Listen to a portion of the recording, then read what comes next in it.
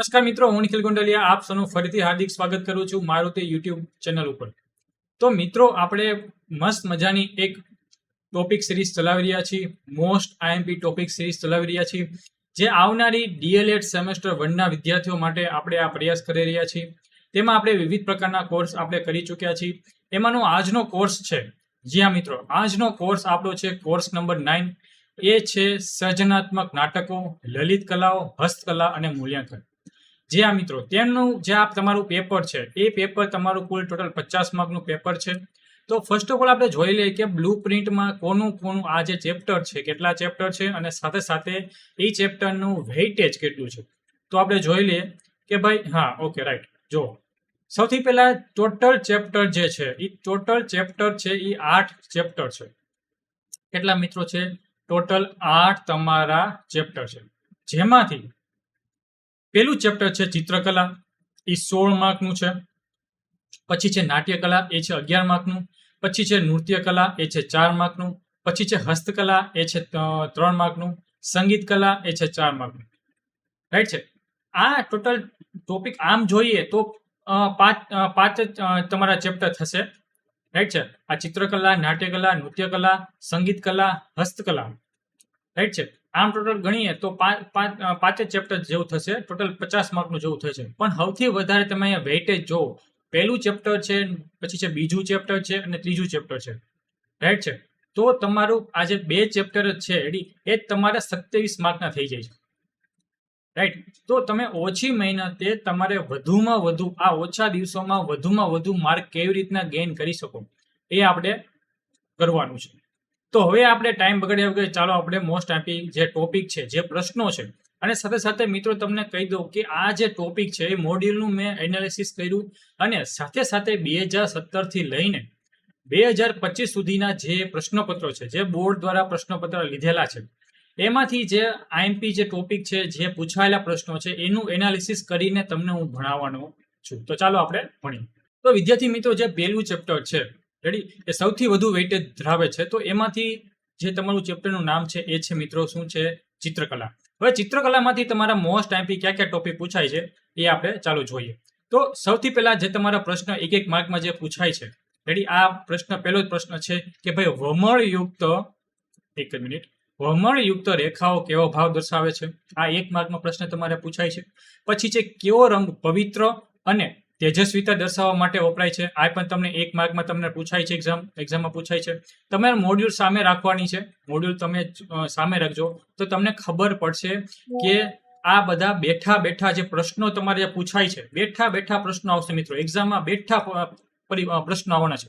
પછી છે કે ચિત્રકલાના હેતુઓ જણાવો.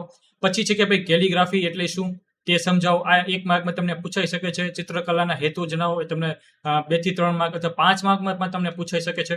પછી છે વસ્તુ ચિત્ર એટલે શું? આકૃતિ દોરી સમજાવો. આ મોટા ટાઈપના જે પ્રશ્નો હોય છે એ ટાઈપના પ્રશ્ન પૂછાઈ શકે છે. હવે તમારે ટોપિક તમે કઈ રીતના તૈયાર કરો? તમે ટોપિક એવી રીતના તૈયાર કરો મિત્રો કે ભાઈ તમે ટોપિક આખો પહેલા વાંચો છો. રાઈટ છે. આખો ટોપિક તમે વાંચો છો તો એમાંથી 1 માર્કના પ્રશ્નો કે 1 માર્કના જે પ્રશ્નો હોય છે એ પણ તમને ખબર પડી જાય કે ભાઈ આ ટોપિકમાંથી 1 માર્કના કેવા પ્રકારના પ્રશ્ન પૂછાય છે. પછી તમને આ ટોપિકમાંથી 2 માર્કના કેવા પ્રશ્ન પૂછાય છે. આ ટોપિકમાંથી 5 કે 3 માર્કના કેવા પ્રકાર, જ્યારે તમારા મોટા ટાઈપના પ્રશ્ન પૂછાય છે, એ કેવા ટાઈપના પ્રશ્ન પૂછાય છે. તો તમને જ્યારે ટોપિક તમે વાંચતા હો છો તો ત્યારે તમને એ પ્રકારનું તમારે તમને ખબર હોવી જોઈએ કે કેવા ટાઈપના પ્રશ્ન પૂછાય. તો તમને આઈડિયા આવી જાય કે ભાઈ હા, મારે આ વેમાં, આ ડાયરેક્શનમાં મારે પ્રિપરેશન કરવાની છે. રાઈટ છે. આમ આડેધડ એમ એ વાંચવાનું ના કરતા. હવે ઓછા દિવસોમાં પણ તમે આરામથી તમે સારામાં સારા માર્ક લાવી શકો. પછી છે કે ભાઈ ચિત્રકલાના પ્રકાર જણાવો અને કોઈ પણ 2 સમજાવો. રાઈટ છે. ચિત્રકલાના પ્રકાર સમજાવો અને કોઈ પણ તમને 2 સમજાવો, અથવા તમને એમ કહી દે 3 પ્રકાર સમજાવો.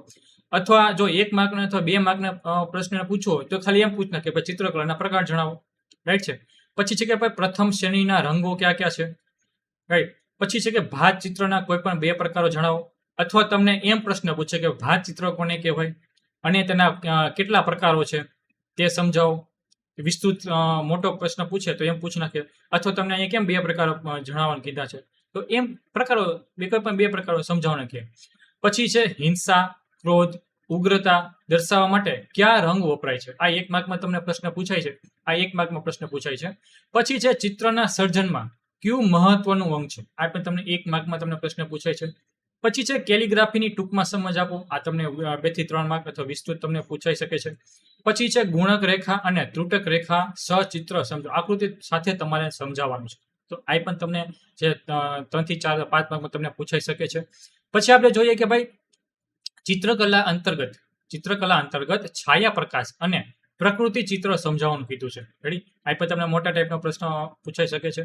પછી છે કે પ્રાથમિક શિક્ષણમાં ચિત્રકલાની મહત્વ તમારા શબ્દમાં સમજાવો.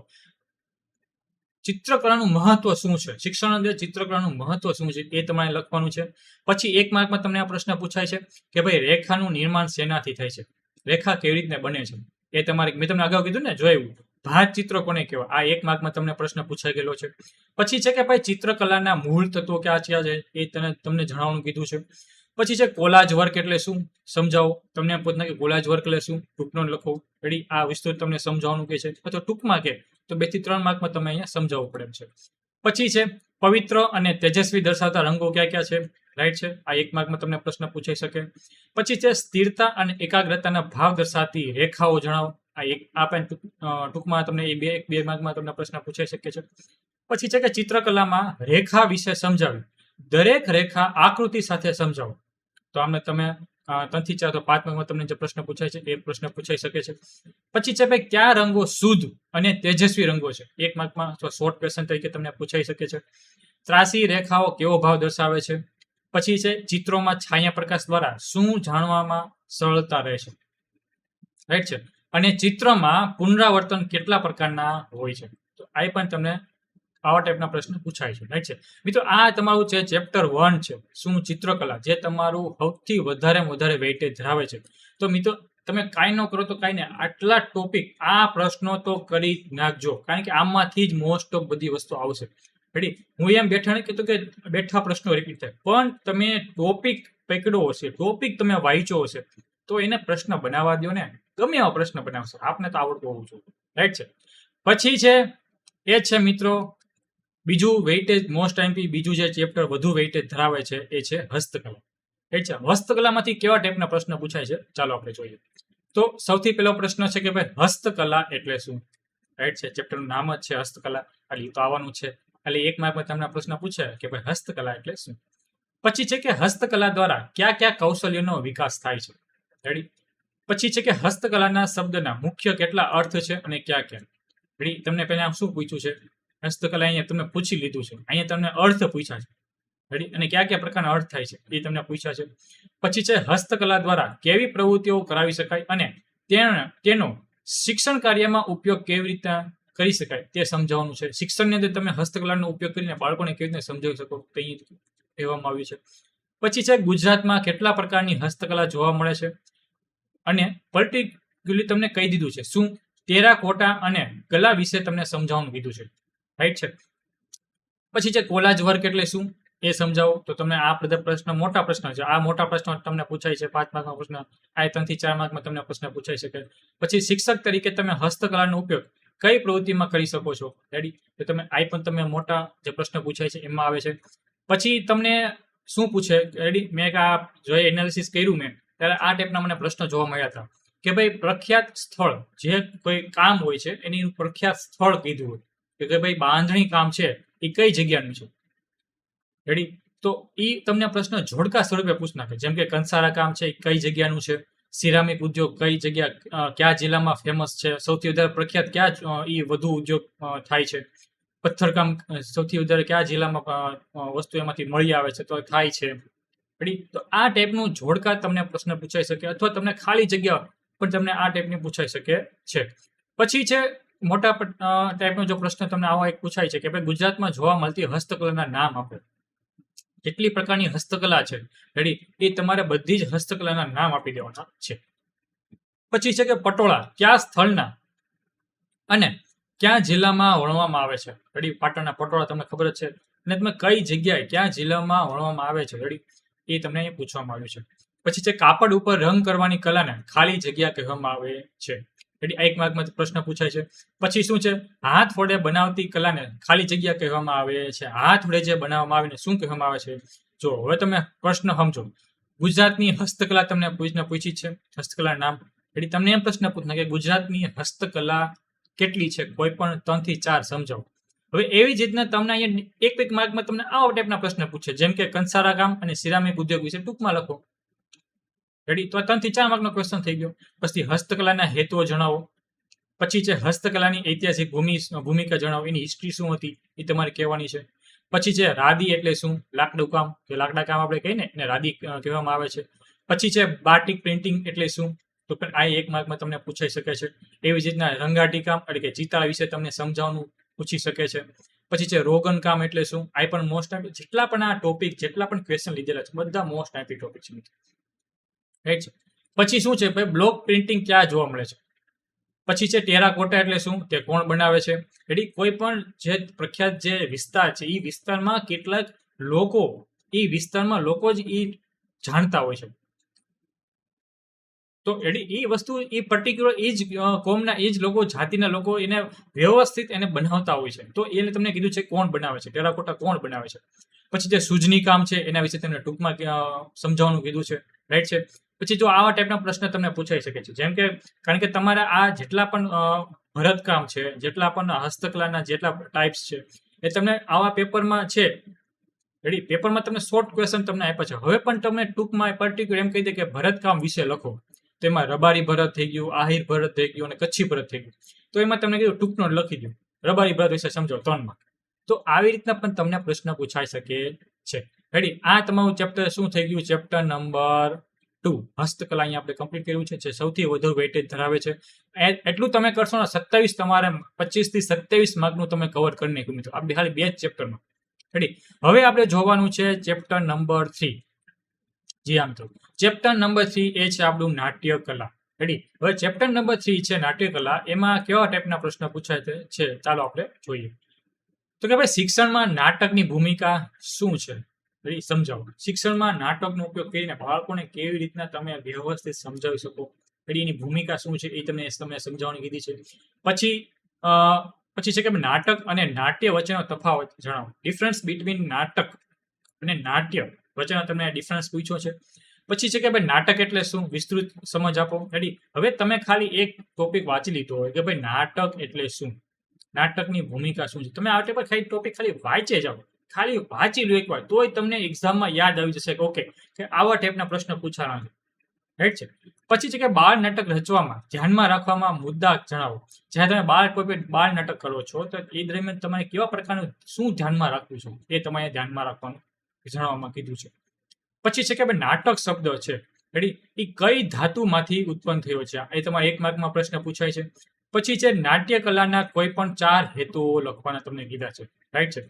પછી છે નાટકનું સાહિત્ય સ્વરૂપ લખો. રેડી? તો તમને સાહિત્ય સ્વરૂપની ચર્ચા કરવાનું કીધું છે. પછી છે નાટકના કેટલા અંગો છે, આ તમને 1 માર્કમાં અથવા 2 માર્કમાં તમને પ્રશ્ન પૂછાય છે. પછી છે કે ભાઈ નાટકની કેટલા પ્રકારની મર્યાદાઓ છે, રેડી, કે ભાઈ આ ટાઈપનું શું શું ધ્યાનમાં રાખવું પડે છે, રેડી, આ બધી વસ્તુમાં તમારે લખવાની રહેશે. પછી છે કે નાટકના અંગો કેટલા છે, રેડી. જો એમ ખાલી પ્રશ્ન પૂછે છે કે નાટકના અંગો કેટલા છે અને ક્યાં ક્યાં છે, તેના નામ આપો, તો આ 2 થી 3 માર્કમાં પ્રશ્ન થઈ ગયો. ખાલી એકને તમને પૂછે કે નાટકના અંગો કેટલા છે, તો 1 માર્કનો પ્રશ્ન છે. પછી છે સ્ટેજ ગોઠવણી વિશે વિસ્તૃત સમજાવો, તો આ મોટા પ્રશ્નો થઈ ગયા. પછી છે બાળ નાટકમાં વેશભૂષાનું શું છે, વેશભૂષાનું શું મહત્વ છે એ તમને જણાવવાનું તમારે લખવું પડે છે. પછી છે ઓકે મિત્રો, જો આ સૌથી હવે જે ચેપ્ટર આવશે નાના નાના ચેપ્ટર આવશે, અને આમાં આ ટોપિકમાંથી, આ જ પ્રશ્નોમાંથી તમારા બેઠા પ્રશ્નો આવશે, રાઈટ છે. કારણ કે આથી બાટો ટોપિક તો હોવા જોઈએ ને, અને આ જ બધા રિપીટેડ થાય છે PYQ, રાઈટ. હવે ચેપ્ટર નંબર 4 છે, શું છે ચેપ્ટર નંબર 4 છે મિત્રો, એ છે તમારી નૃત્ય કલા. હવે નૃત્ય કલામાં ઓકે, તો નૃત્ય કલામાં સૌથી પહેલા આપણે જોવાનું છે કે ભરતનાટ્યમના 2 આયામો કીધા છે, રેડી. આ તમને 1 માર્કમાં જે શોર્ટ ક્વેશ્ચન પૂછાય છે એ તમારે 1 માર્કમાં તમને એ પૂછાશે. પછી છે કથકલીની શરૂઆત પ્રાચીન કાળથી અને કયા નામથી પારંપરિક નૃત્યના ટીકામાં થઈ છે, એની શરૂઆત ક્યાંથી થઈ છે, એનું પારંપરિક નામ શું હતું, રેડી. તો કથકલીની તમારે એ વસ્તુ લખવાની છે. પછી છે કુચીપુડી નૃત્ય, એ ટૂંકમાં તમારે સમજ આપવાની છે. ત્યારબાદ તમને શું પૂછવામાં આવ્યું છે કે ભાઈ શિક્ષણમાં અભિનય ગીતનું મહત્વ સમજાવવાનું કીધું છે. એ તમને 3 થી 4 માર્કમાં તમારા પ્રશ્ન પૂછાય છે. પછી છે કે ભાઈ લોક નૃત્ય વિશે સમજવાનું છે. લોક નૃત્ય ક્યાં ક્યાં છે, લોક નૃત્ય તમને એને શું કરવાનું છે, ડિટેલ્સમાં સમજાવવાનું છે. પછી છે નૃત્ય એટલે શું અને તેની સમજ આપો. 1 થી 2 માર્કમાં તમને પ્રશ્ન પૂછાય છે.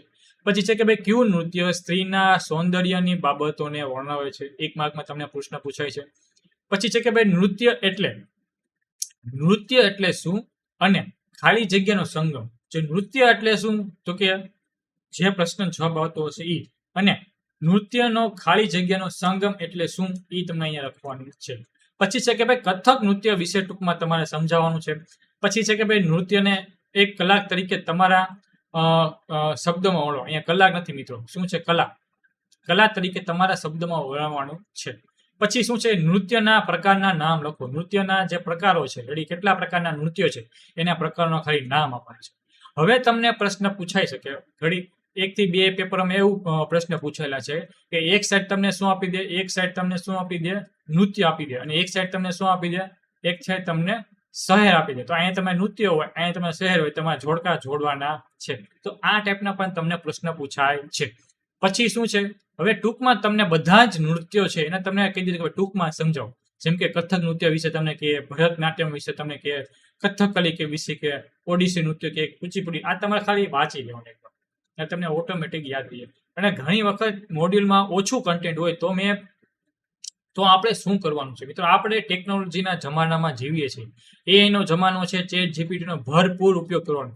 તમને કોઈ ટોપિક ન સમજાતો હોય તો એ ચેટ જીપીટીમાં નાખી દેવાનું કે ભાઈ કથક નૃત્ય વિશે મને સમજાવો. આ જ પ્રશ્ન રેડી. હવે તમને કીધું કે 3 માર્કમાં લખવાનું કીધું છે, તો તમારે કેટલા પેજ ભરવા પડે, એ તમને એ ટાઈપનું કન્ટેન્ટ, એ તમને કન્ટેન્ટ આપશે. હવે તમને કીધું મારે 5 માર્કનો મારે જવાબ લખવો છે, તો કહી દે કે 2 થી 2.5 પેજ ભરે એટલું મને કન્ટેન્ટ આપો. તો એ ટાઈપનું તમને બધી વસ્તુ ચેટ જીપીટી આપશે.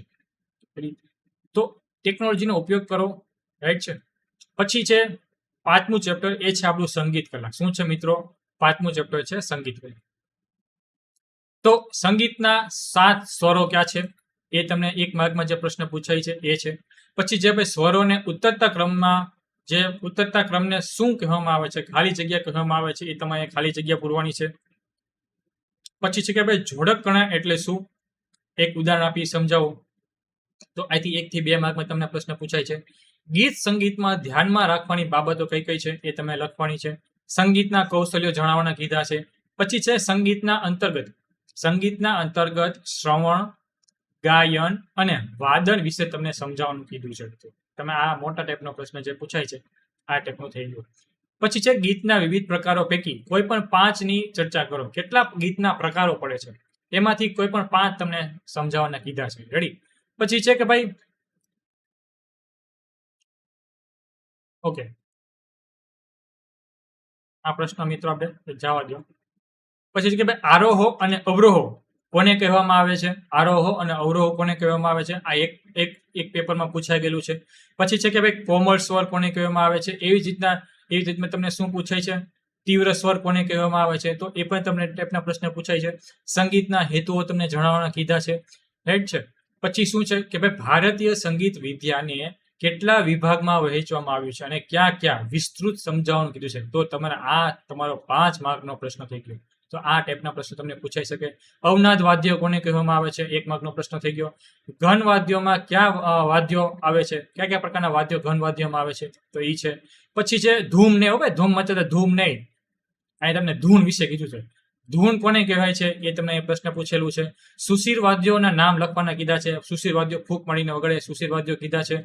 પછી છે તાલ, લય, માત્રા અને સમના અર્થ જણાવો. આ તમને તાલ કોને કહેવાય, લય કોને કહેવાય, માત્રા કોને કહેવાય, 1 માર્કમાં તમને પ્રશ્ન પૂછાય છે, રાઈટ છે. પછી શું છે બંદિશ એટલે શું, રેડી, બંદિશ એટલે શું, તો એ પણ તમને 1 માર્કમાં તમને પ્રશ્ન પૂછાઈ શકે છે. પછી તમને એમ પૂછાય કે ગુજરાતના સંગીતકારો કેટલા છે, રેડી, તો એનું લિસ્ટ કરવાનું તમને પૂછી શકે છે, રેડી. પછી લોક સંગીતમાં શું શું આવે, કેવા પ્રકારના લોક સંગીત આવે છે, રેડી, તો તમને પૂછાઈ શકે છે. પછી છે કે ભાઈ લોક સંગીત કલા કઈ છે, રેડી, લોક સંગીત કલા છે કઈ છે.